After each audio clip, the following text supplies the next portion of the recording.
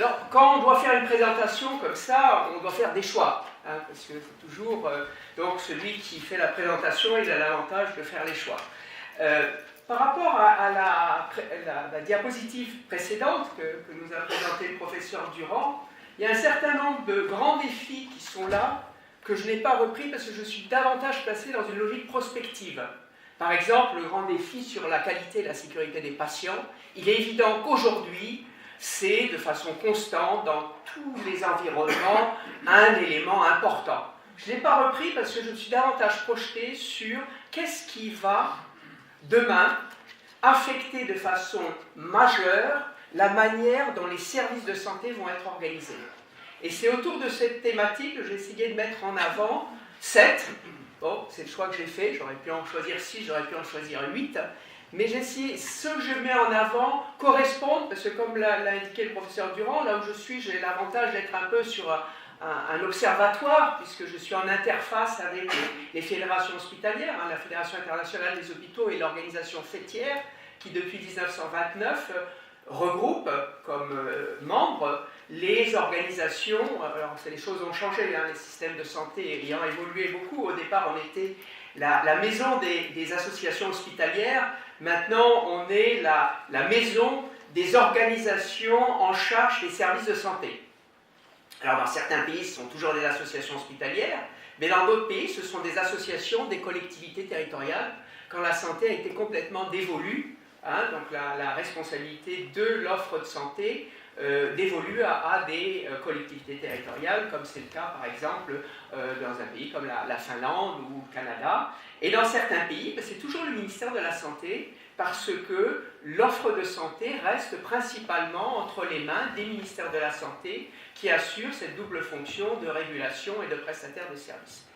Cela étant, on s'aperçoit que, de point de vue de la perspective plutôt de pays en développés, hein, c'est ce que je vais vous présenter, parce que je pense que pour vous en Belgique, ce qui vous intéresse, c'est quand même ce qui se passe dans les pays développés, les pays avancés, éventuellement les pays émergents qui rejoignent les pays développés. Donc ces problématiques, effectivement, ne sont pas du tout les mêmes dans les pays les moins avancés, se retrouvent d'une manière ou d'une autre et vont affecter les établissements.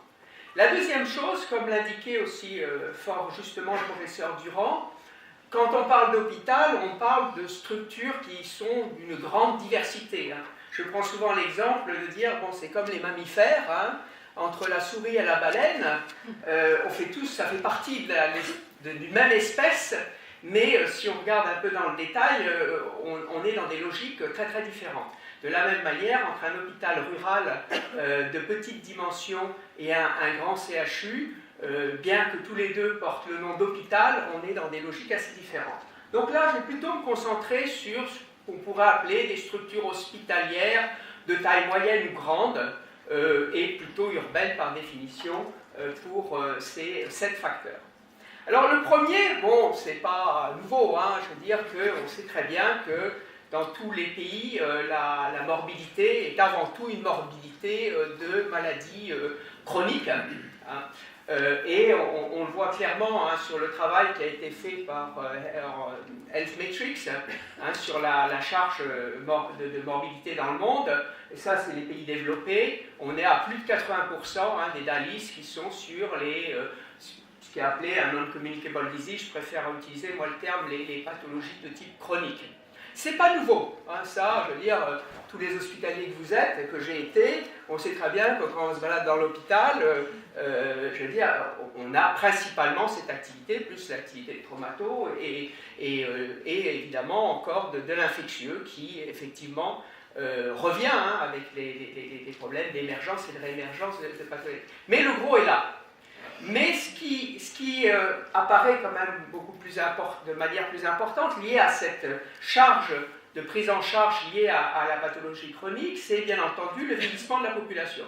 Phénomène généralisé, donc ça c'est aussi un peu des banalités, hein, ça, tout le monde en parle, que l'on voit partout avec des phénomènes d'accélération plus ou moins importantes. Hein. On parlait de la Corée, regardez comment le vieillissement en Corée, sur une période de 20 ans, va se traduire par un doublement de leur population qui est de 65 ans. Donc on est sur des espaces de temps quand même assez court par rapport aux capacités des organisations à répondre à des changements dans un certain nombre de pays où il y a eu vraiment une transition démographique qui s'est faite très rapidement et donc qui impacte maintenant sur les domaines du vieillissement.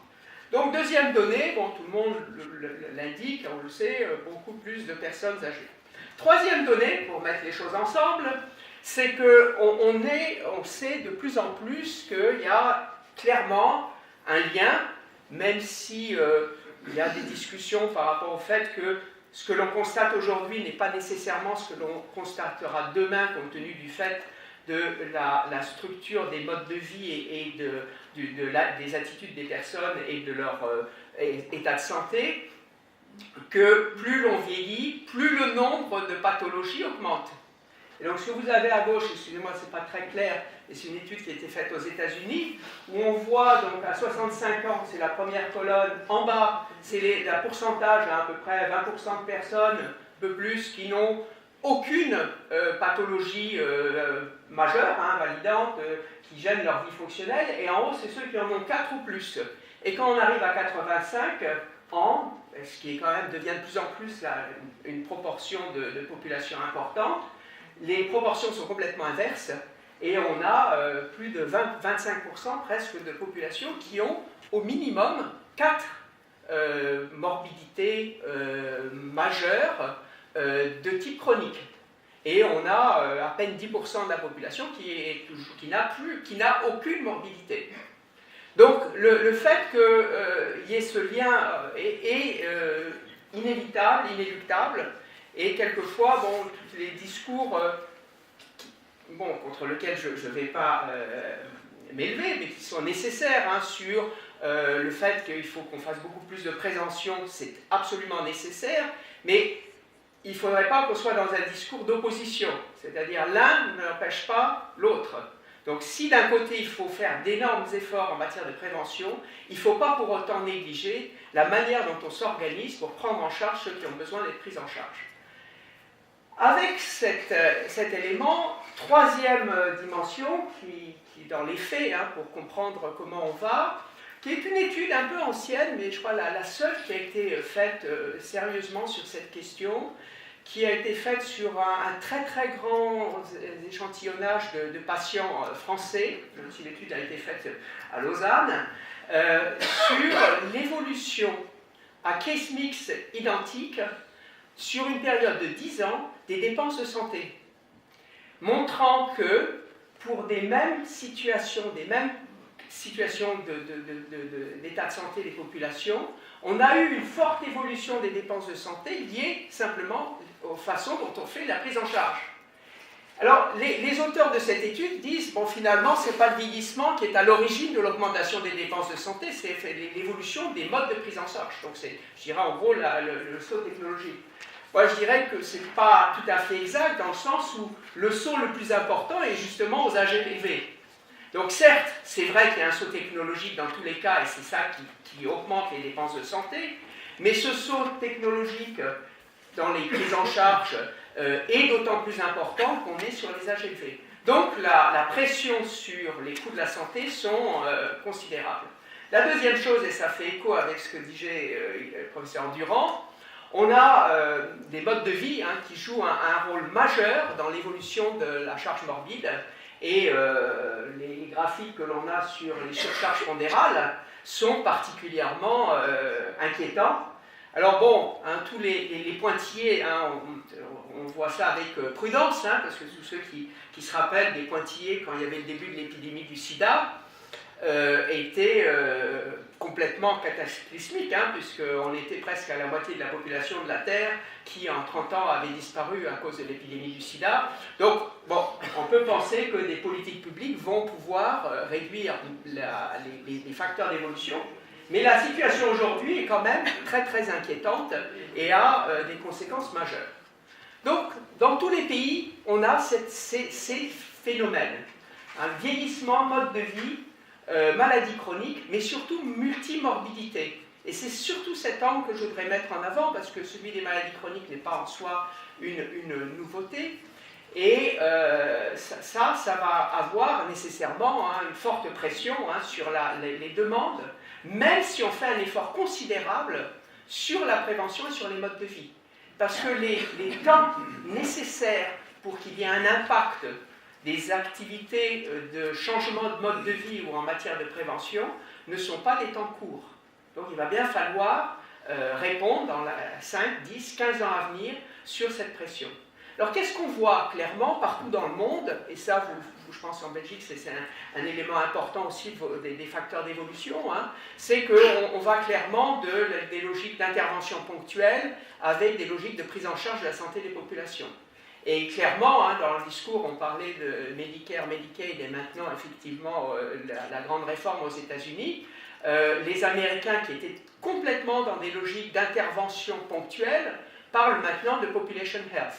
Donc ils ont basculé de façon assez rapide et assez étonnante, du moins dans le discours, peut-être beaucoup moins dans la pratique, hein, parce qu'il y a toujours un décalage, sur la logique du fait que bon, les services de santé ont une responsabilité de la prise en charge de la santé des populations et non pas d'intervenir face à la maladie. La deuxième chose, évidemment, c'est le parcours de santé, l'intégration des différents acteurs. On en parle déjà depuis un certain nombre d'années, ça se met en place. Mais je crois que ce qui est vraiment le plus important, et ça c'est vraiment ce qui est le chantier, le défi devant nous, c'est le fait que notre organisation hospitalière n'est absolument pas adaptée à la multimorbidité. Nous sommes toujours dans des logiques de segmentation, soit par grande pathologie, soit par organe. Hein, ophtalmologie, ORL, cancérologie, rhumatologie. Mais le patient, lui, il est diabète cardiaque et en même temps, il a des problèmes de polyarthrite. Donc il va falloir que l'on... Et aujourd'hui, on est dans des logiques dites plutôt de comorbidité que de multimorbidité. C'est-à-dire qu'en fonction de la manière dont vous êtes rentré dans le système de santé, vous êtes pris en charge par rapport à une pathologie qui est dite dominante, et ensuite vous êtes réorienté dans ces filières de soins sur des comorbidités. Mais en réalité, si on est dans une vision holistique de la santé du patient, il n'y a pas de comorbidité, il y a de la multimorbidité. Et le grand enjeu sur lequel les services de santé sont très largement mis en cause par les autres acteurs de la société civile, qui est la variabilité immense que l'on a dans notre système par rapport aux résultats et aux moyens qu'on utilise, tient en grande part de ce fait. C'est-à-dire qu'en fonction de votre parcours, vous avez des modes de prise en charge qui varient énormément dans ces tableaux complexes de multimorbidité. Donc il va y avoir un besoin rapide de revoir d'une part le paradigme des études des professionnels de santé et en lien avec ça de revoir la manière dont les organisations se mettent en place et qu'on arrive à mettre en place des logiques de prise en charge, de clusters de pathologies.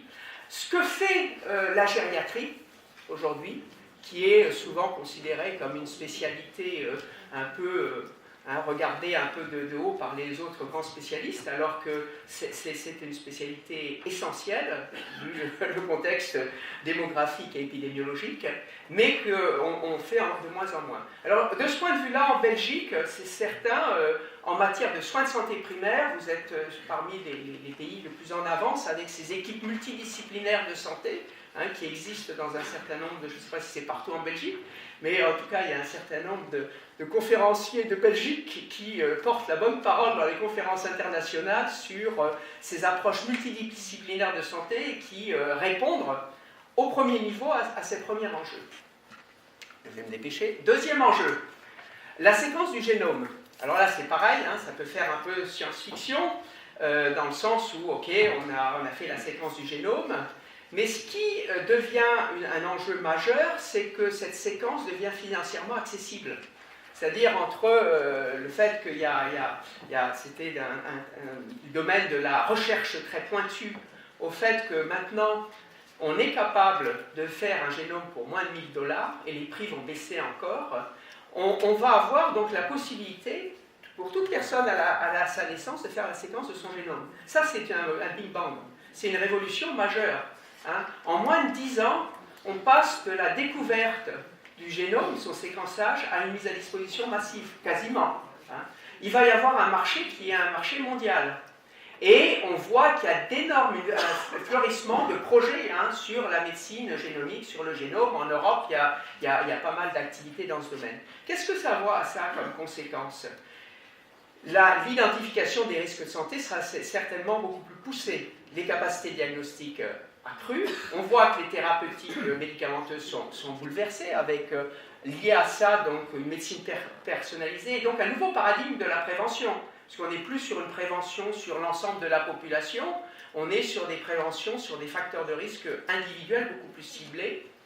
Et donc on peut se poser la question de quel va être le rôle de l'hôpital comme plateforme du pilotage de la santé humaine dans cette problématique.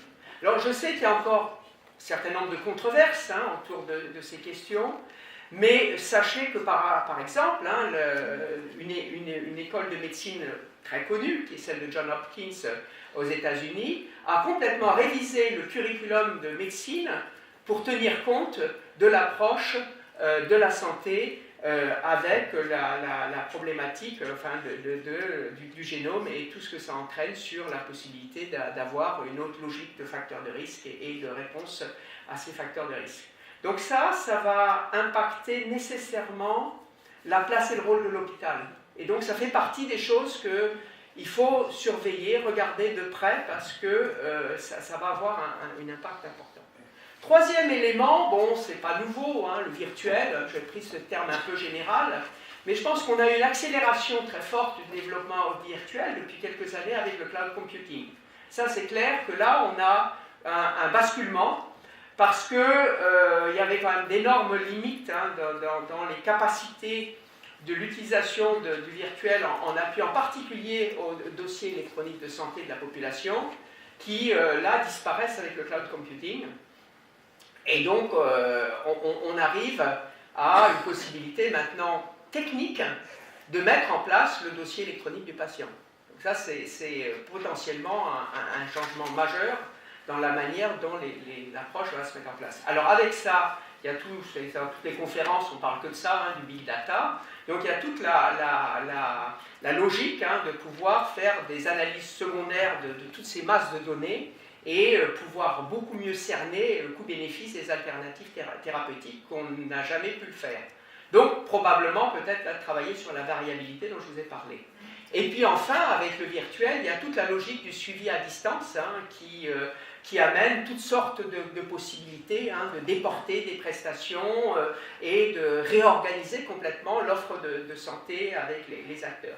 Donc ça, ces tendances sont lourdes, elles existent, et avec pour conséquence aujourd'hui que l'analyse et la gestion des données, ça devient un enjeu majeur. Je veux dire qu'un décideur aujourd'hui ne peut plus laisser de côté la maîtrise de la gestion de l'analyse des données. Et c'est assez intéressant, il y a 15 jours, on avait organisé une conférence sur les groupements d'achat, et ce qui est ressorti de cette conférence, c'est qu'un des rôles justement des groupements d'achat, qui est, habituellement on pense volume, prix, enfin un truc assez basique, c'est justement de devenir un clearinghouse, comme les Anglais disent, un data warehouse, un entrepôt de données considérables et de permettre aux établissements d'avoir des données qui leur permettent de beaucoup mieux comprendre l'utilisation des inputs qu'ils n'ont jamais été capables de le faire par eux-mêmes.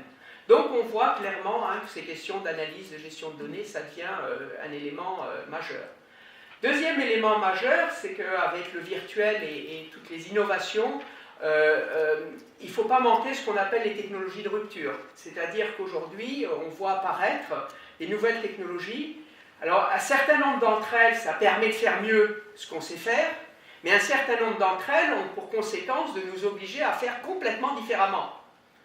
Et ces technologies de rupture, il ne faut pas les manquer, parce que si on les manque, on manque une opportunité de pouvoir répondre davantage et mieux aux enjeux que nous devons, face auxquels on est confronté. Et puis il y a une dernière problématique importante, c'est celui de la propriété de l'information, qui là aussi va évoluer avec cette notion de développement virtuel et qui est au cœur de tous les débats. Alors, ce que l'on sait, en tout cas avec le virtuel, hein, pour donner quelques facts, comme disent nos amis anglais, c'est que les analyses qui ont été faites par cet organisme hein, qui gère le suivi des dossiers et l'implantation du dossier médical, qui est une association américaine, HIPS, c'est que ceux qui sont à un stade très élevé, au dernier stade de l'implantation des dossiers électroniques, si on fait des analyses sur la performance clinique, on voit qu'il y a un point de passage hein, qui montre clairement que les dossiers électroniques, parfaitement utilisés, ont un impact sur la qualité des services de santé. Ensuite, on voit aussi que quand il y a une politique volontariste, l'adoption des dossiers électroniques, ça avance rapidement. Et il ne faut pas oublier qu'aux États-Unis, au moment de la crise de 2008, les moyens de relance, les packages de relance avaient été de mettre plein d'argent pour pousser le dossier électronique. Et on voit qu'ils sont passés de 42% à 78% de mise en place d'un système de dossiers électroniques dans leur service de santé. Donc voilà. En Europe, on est très loin, hein, il y a une grande disparité. Alors bon, regardez simplement les couleurs, mais simplement pour voir que d'un pays à l'autre, hein, c'est les 7 stades d'adoption des dossiers électroniques de santé. D'un pays à l'autre, il y a, même si on essaie de construire une Europe, il y a des disparités considérables. Ce qu'on voit aussi, c'est que les échanges, hein, c'est un élément essentiel dans la continuité des soins, entre les soins de santé de première ligne, hein, de pratique générale, et avec les hôpitaux, restent encore dans la plupart des pays très faibles. Donc on est là-dessus, il y a pas mal de retard. Autre élément qui reprend un thème donc, que vous avez souvent évoqué dans vos conférences, qui est celui du patient au centre du dispositif. Il est clair qu'on voit un rôle actif des patients hein, qui est attendu et perçu comme étant très important sur l'état de santé des personnes. Deuxième chose, avec les niveaux d'éducation qui ont évolué, avec l'Internet, comme on dit, il y a un accès ouvert à l'information et une capacité critique augmentée. Ça, c'est une donnée. C'est-à-dire qu'aujourd'hui, le patient qui est passif est de moins en moins présent. On a de plus en plus un patient qui est quelque part, en tout cas revendicatif et actif, ce qui est certainement, de mon point de vue, une très bonne chose. Et on voit d'une manière générale qu'il y a de plus en plus une formalisation du rôle et de l'implication des patients à tous les niveaux de décision dans les organismes. Alors comment ça se traduit ? Ça se traduit par de plus en plus de redevabilité, pour prendre un terme québécois, pour accountability, une redevabilité accrue pour les services de santé, hein, c'est-à-dire que maintenant il est impossible de ne pas rendre des comptes, la transparence qui est une condition de crédibilité, de plus en plus hein, aux États-Unis, en France maintenant, depuis 1 an à peu près, hein, sur Internet, on peut avoir tous les résultats des niveaux comment dire, les outcomes, les pathologies, enfin les résultats sur les pathologies, les grandes pathologies des établissements, etc. Et ce qui est aussi intéressant, c'est qu'à l'autre côté de la médaille, hein, c'est que les individus sont aussi de plus en plus considérés comme responsables de leur état de santé, ce qui est normal. Avec derrière toutes sortes de politiques hein, qui se mettent en place, avec ce que les Américains appellent les sin taxes, hein, c'est-à-dire la politique de faire payer par une pénalité financière des comportements qui sont défavorables à la santé, hein, et tous des débats sur la taxation de la malbouffe, etc. Donc on voit qu'il y a cette double tendance qui est généralisée. Alors nous, on a fait une enquête hein, sur 22 pays avec nos fédérations et aussi l'Association internationale des patients avec qui on travaille de façon assez étroite sur justement comment se traduit cette formalisation institutionnelle des patients dans les hôpitaux. Et on voit que dans plus de 70% des pays, hein, ils siègent dans des comités, que dans 60% des pays, ils siègent dans les conseils d'administration. On parlait de gouvernance comme étant un sujet important. Donc voilà une image, hein, c'est juste une image hein, de ce qui se passe, qui montre que c'est une donnée importante. Par contre, on voit aussi qu'il y a, ça vient des États-Unis, un retard entre les attentes des patients et les capacités des professionnels de santé à répondre à ce que les patients souhaitent avoir en matière d'information, en matière de suivi, en matière de documentation sur leur état de santé. Hein, là, c'est un certain nombre de... Vous voyez la différence entre ce que les... Donc là, on voit, là, il y a une forte pression et il y aura nécessairement à avancer. Cinquième, on avance, la mondialisation. Alors ça aussi, hein, c'est un domaine qui est important. Hein, alors dans les économies émergentes peuplées, hein, une classe moyenne qui est en pleine expansion, donc ça a un impact très important sur les services de santé, en particulier sur les services hospitaliers. L'accès à l'information, hein, qui n'a plus de frontières, la mobilité internationale, hein, et évidemment toutes les technologies virtuelles que j'ai évoquées qui effacent distance et temps. Donc on voit quand même une santé qui devient quand même un service marchand de plus en plus, hein, soumis à des logiques de prix contre qualité. On voit la mobilité des professionnels de santé accrue, et ça a été depuis le rapport de 2006 hein, de l'OMS sur la crise des ressources humaines, et la Commission européenne avait adopté, je crois il y a 2 ou 3 ans, hein, un papier sur... un green paper sur justement la mobilité des professionnels de santé. Enfin, il y a eu énormément d'études hein, sur ces problématiques à la fois de pénurie et de mobilité, mais c'est clair qu'on a de plus en plus hein, ces mouvements et ces tensions autour des professionnels de santé qui sont une ressource convoitée par les services de santé. Il y a ensuite... une émergence hein, de groupes internationaux. Alors je dirais qu'on est à un stade très très jeune du capitalisme sur la santé, mais je pense que ce capitalisme en matière de services de santé va se développer certainement. Alors on le voit hein, avec des groupes, et de façon très intéressante, sur les pays émergents qui sont en pointe, hein, puisque qui sont les grands groupes internationaux aujourd'hui? C'est Netcare, basé en Afrique du Sud, c'est Apollo et Fortis, qui sont 2 groupes indiens. Et le plus grand groupe hospitalier privé, qui est un groupe américain, HCA, n'a qu'une petite implantation, si je puis dire, en Grande-Bretagne. Donc, alors que Netcare ou Fortis et Apollo sont implantés dans une quinzaine de pays aujourd'hui. Donc, on voit vraiment qu'il y a vraiment le début d'une mondialisation et d'un élément de groupes internationaux de santé. Hein. Et il y a aussi un groupe allemand aussi qui est aussi implanté, mais sous une autre logique, qui est une logique plus de capitalisme financier, dans le sens où ils ont des prises de participation au travers d'un certain nombre d'établissements dans le monde, ce qui est différent de la logique d'un groupe et de marques. Voilà. Et ensuite, ce qu'on voit qui commence à émerger aux États-Unis et qui commence à faire très peur aux hospitaliers, c'est l'intérêt des acteurs de la grande distribution sur les marchés et services de santé. Donc aujourd'hui, peut-être pour les hospitaliers américains, le danger, c'est pas tant les Netcare ou Apollo, mais c'est Walmart qui est en train de considérer qu'ils peuvent peut-être, avec les méthodes de la grande distribution, se mettre au moins sur les soins de santé primaires. Et ils ont commencé à avoir des projets pour installer dans tous leurs points de distribution des cliniques hein, comment dire, pour offrir hein, les consultations de médecine de premier niveau.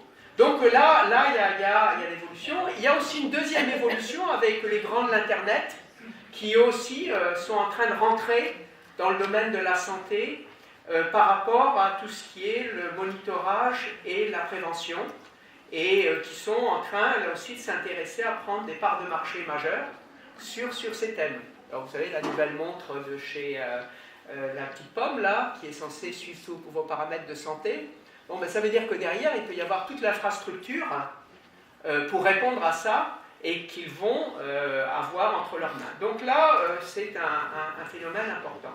Alors, une petite carte hein, pour voir le tourisme médical dont on parle beaucoup dans la presse. Hein.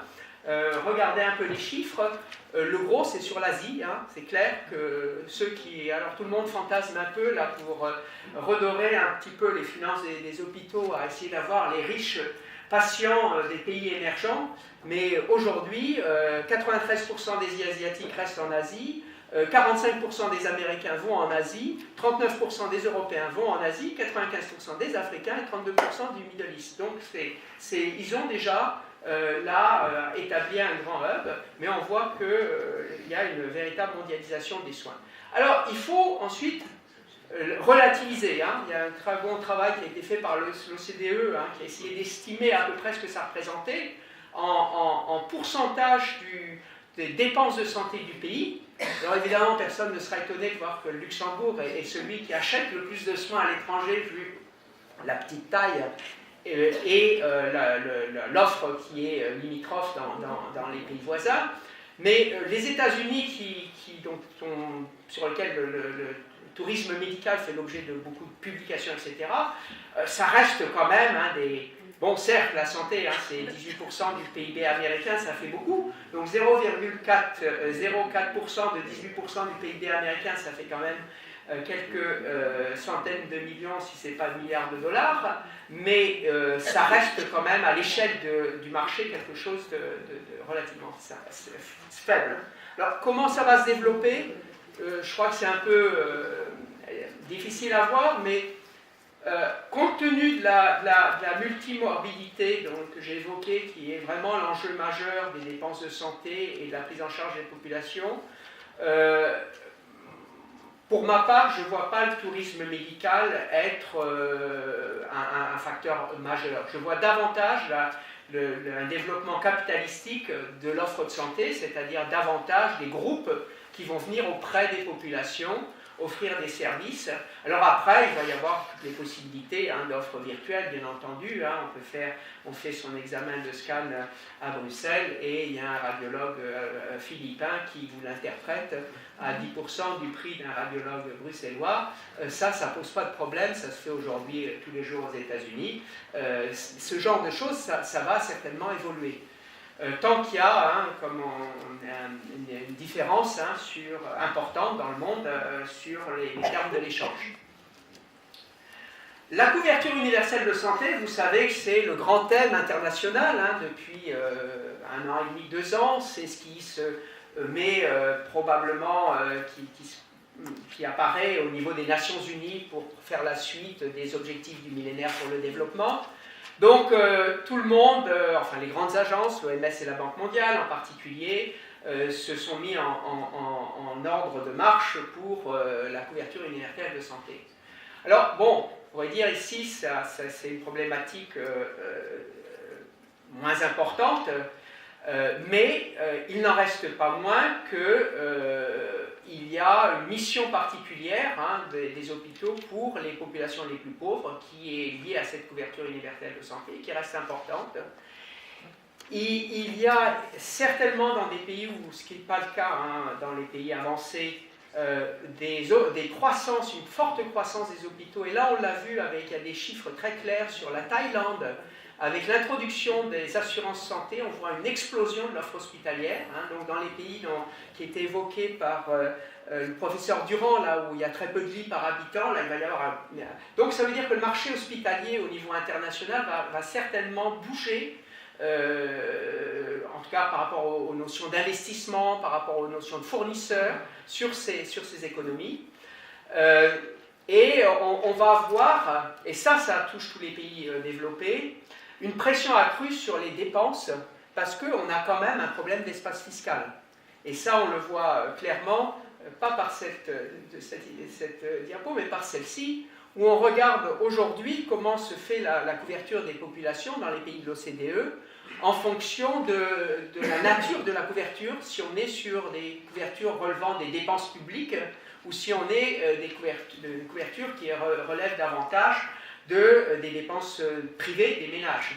Donc à partir du moment, et on le voit clairement, qu'on est principalement sur des logiques de dépenses publiques, avec la crise que vous connaissez tous, avec la notion de déficit budgétaire et de ce qu'on appelle de contrainte d'espace fiscal, hein, c'est-à-dire que le fait qu'on ne peut pas aller au-delà d'un certain endettement public et de pression fiscale, le maintien de cette couverture universelle, donc pour nous ce n'est pas le développement, le maintien de cette couverture universelle avec l'explosion continue de la demande va accroître les pressions sur l'offre de santé. Ça c'est inévitable et ça c'est dans tous les pays et cette pression ne pourra plus être, on ne pourra pas y répondre simplement en faisant mieux ce que l'on faisait hier.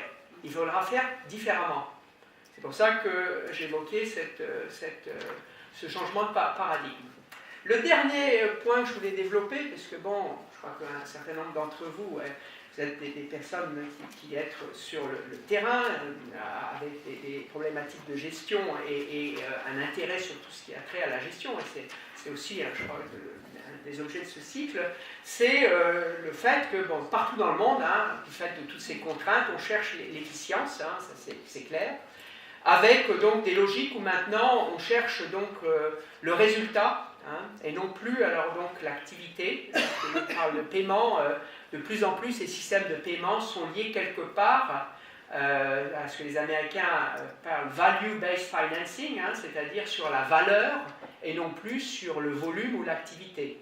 Donc là, clairement, il y a une tendance forte là, et clairement aussi, on voit que les politiques publiques se sont largement appuyées sur les systèmes de paiement pour être un incitatif au changement et à l'amélioration de l'efficience. Donc il y a cette très forte pression,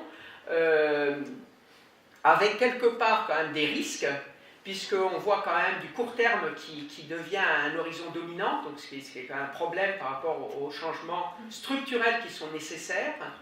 Il y a des risques aussi importants sur l'investissement, justement, dans ce contexte-là, avec des difficultés. Or, l'investissement est indispensable pour des changements structurels. Et il y a mise en place, quand même, relativement importante d'évolution des modalités de gestion. Et c'est ça que je voudrais terminer ma présentation en passant un peu sur quelles sont les grandes tendances, je dirais internationales, mais là, il ne faut pas se leurrer, hein, ça vient quand même avant tout des États-Unis, sur la manière dont la gestion est abordée dans les structures hospitalières pour essayer, en tout cas, d'avoir une certaine efficience dans les services de santé. Donc, la première chose, c'est qu'on essaye, on voit de plus en plus hein, que dans les groupes et dans la formation, on doit passer ce qu'on appelle du savoir au savoir-faire et surtout au savoir-être. De plus en plus, et on en a discuté au Leadership Summit la semaine dernière en Corée sur les compétences des managers, de plus en plus on s'aperçoit que ce qui n'est pas tellement le plus important, c'est pas de savoir, mais c'est surtout d'être. Et de plus en plus on est sur les logiques d'essayer d'identifier du talent, essayer de former davantage les gens à avoir des aptitudes et des capacités d'interaction avec les équipes, avec les personnes, et pas simplement d'être des technocrates qui connaissent parfaitement l'utilisation des mécanismes ou des outils de gestion. Donc tout ça évolue. Et ça évolue de façon très très importante, hein, quand on regarde par exemple les cadres hein, qui existent actuellement sur justement la formation et la compétence des leaders dans le domaine du management et de la conduite des organismes de santé. On voit que les Canadiens, les Britanniques, les Américains ont clairement fait le pas vers la logique d'investissement maximum sur l'identification et le renforcement des aptitudes et des personnalités, des talents, plutôt que de s'assurer que les gens connaissent par cœur le code des marchés publics. La dernière, la réglementation sur le personnel et l'emploi, voilà, donc moi qui ai été formé sur cela à ce qui s'appelait le NSP en son temps en France, c'est clair qu'on voit, c'est un changement culturel majeur. Et on travaille d'ailleurs là-dessus au sein de mon organisation en essayant de mettre en place ce qu'on appelle une liste de compétences essentielles. Deuxième chose que l'on voit, et ça va avec la première tendance, hein, c'est la logique de leadership partagé. Et dans des organisations complexes, hein, parce que les hôpitaux, on est dans des organisations complexes, on voit clairement qu'il y a ces tendances. Alors pourquoi? Parce qu'on voit très bien qu'il y a une tendance quelque part hein, de partage d'informations, de revendication à plus de reconnaissance de l'individu, à la parole individuelle. Mais on a de plus en plus aussi d'études hein, sur les organisations qui montrent que des organisations à structure plus plate sont plus efficientes que des organisations très pyramidales. Donc ça, on le voit avec des modes de gouvernance qui sont plus participatives et aussi avec ce leadership partagé, le fait que la décision doit reposer davantage sur des faits, hein, sur ce qui implique des flux d'informations entre décideurs et techniciens.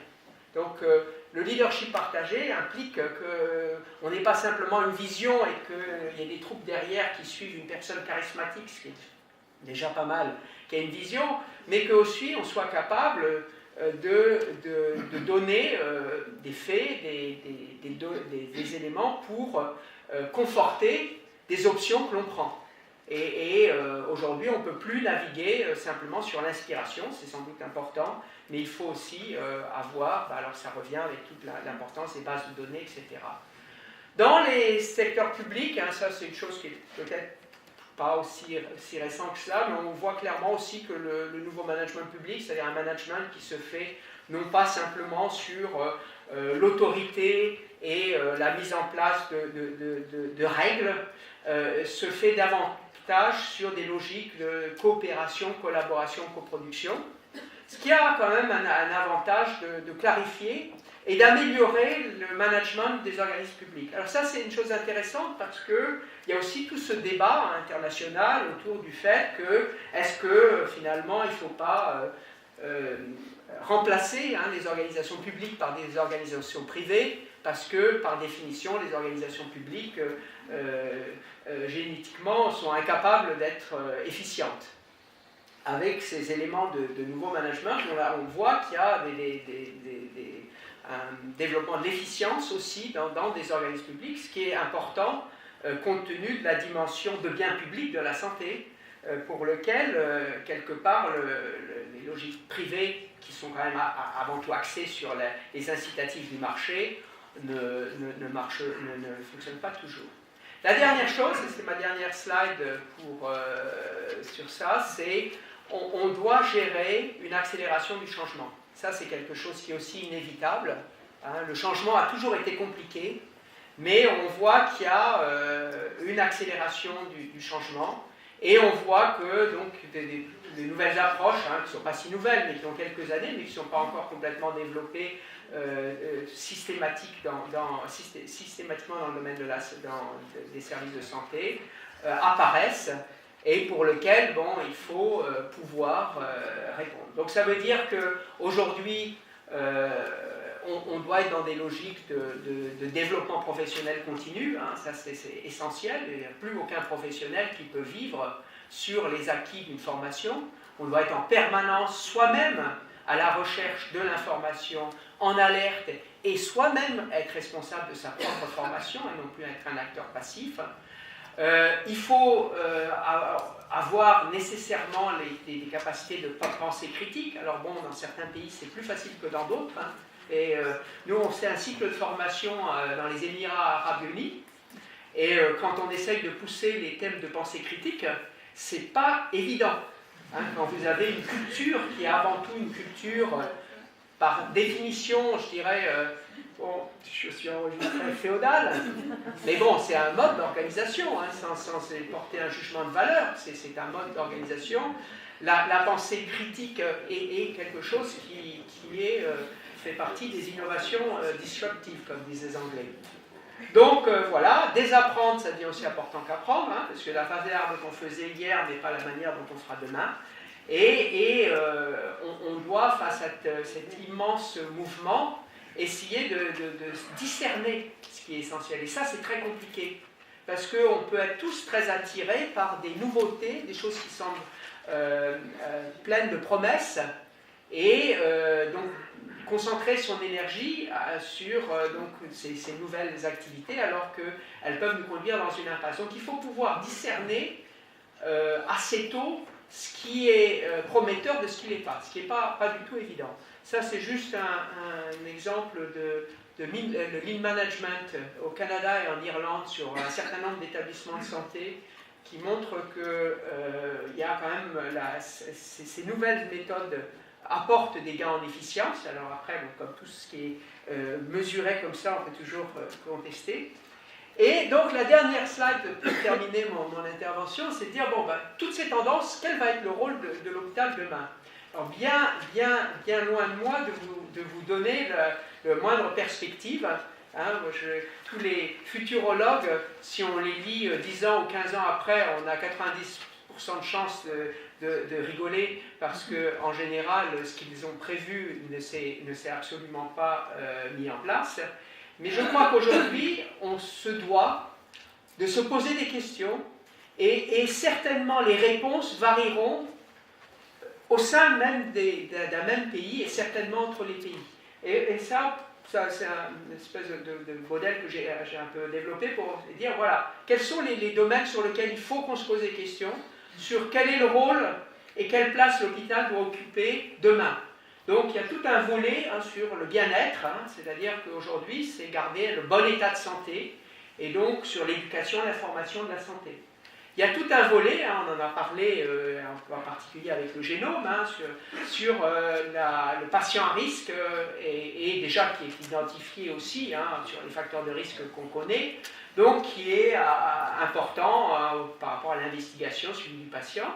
Il y a ce que l'on connaît évidemment, parce que c'est le cœur des métiers des hospitaliers, c'est l'épisode critique. Il y a la maladie installée, mais qui ne nécessite pas nécessairement un recours à l'hôpital, mais des allers-retours qu'il faut voir. Il y a donc tous les problèmes aussi donc, de récurrence, c'est-à-dire de phénomènes qui se renouvellent dans la situation, qui nécessitent là aussi une stratégie pour limiter ces récurrences. Et enfin, il y a tout le domaine prédictif. Donc tout ça, il faut qu'on s'interroge, de savoir comment on va s'organiser, compte tenu de tous ces facteurs que j'ai évoqués, compte tenu de nos modes de fonctionnement, compte tenu des politiques du pays, compte tenu des atouts que l'on a en tant qu'organisation, comment est-ce qu'on va se positionner dans ce paysage pour faire évoluer les hôpitaux. Alors, la question que je me pose quelquefois, dire, mais l'hôpital de demain, est-ce qu'il existera encore? Il n'y aura plus d'hôpitaux demain. D'abord, l'hôpital, c'est un concept, comme on l'a évoqué, assez large. Mais moi, ce que j'ai tendance à répondre, c'est que l'hôpital d'hier, est-ce qu'il ressemble à l'hôpital d'aujourd'hui? C'est-à-dire, regardez l'hôpital en 1965, quand vous avez commencé, il y a 50 ans. Il n'a rien à voir avec l'hôpital d'aujourd'hui. Il y a eu un nombre de révolutions considérables.